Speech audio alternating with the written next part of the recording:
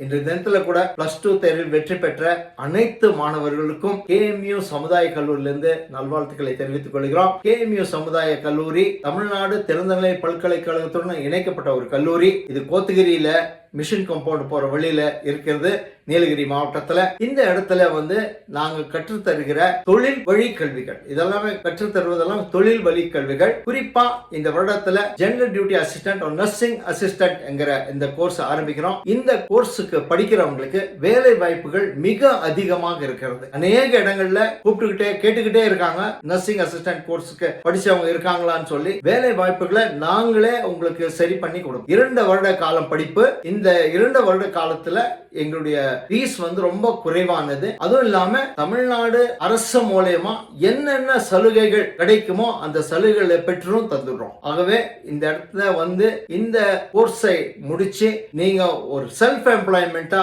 போறதுக்கு ஒரு நல்ல வாய்ப்பு.